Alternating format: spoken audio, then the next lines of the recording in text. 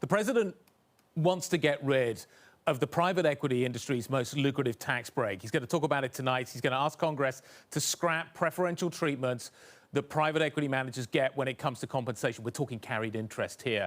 It's become such a political hot potato. Sonali Basak joins us now. Sonali, what is the sense you get from talking to this industry about what they are anticipating? Carried interest has become such an emotive subject over the last few years, with those at the top of the industry paying less often than their cleaners. That was the kind of the narrative that's gone round and round and round. What are they expecting? Yeah, it's truly interesting. I've been in talks with a lot of people just this morning alone. One, what are the ramifications, right? How is this cost passed on to other people who work for a private equity firm should this happen? How is this cost passed on to investors in private equity firms if the fees were to rise even further because of these issues? You're absolutely right. This has been a total political football for most of the time it existed. I want to point out that also under former President Donald Trump, this was also, under the Trump era, this was also an issue.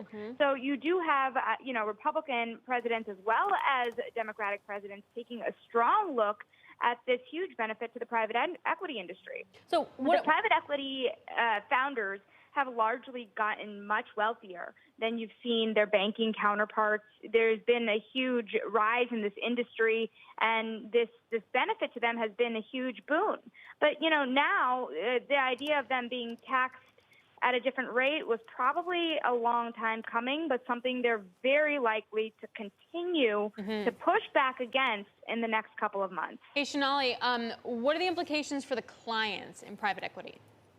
Well, that's the big thing. At the end of the day, like a lot of industries, this is a cost, right? And so if this cost, and this comes, by the way, Alex, at a time where we're seeing record amounts of fundraising happening from all of the biggest firms. When we think about private equity, we think just about private equity, right? The big buyout funds. But what does this mean then for private credit, real estate? All of these types of investments have been huge for not just the private equity firms, but the big wealth managers like Morgan Stanley and UBS, whose clients have dedicated a lot of money to these types of funds in the last couple of years to diversify their assets, to get longer treatment. So, if the managers are paid less, the big question mark at the end of the day becomes, what does this mean for the fees they pass on to clients? It's been very high in the last couple of years, higher than hedge funds, as we know. They've been able to keep those fees sticky, but we have seen more pressure on those fees in the last couple of years.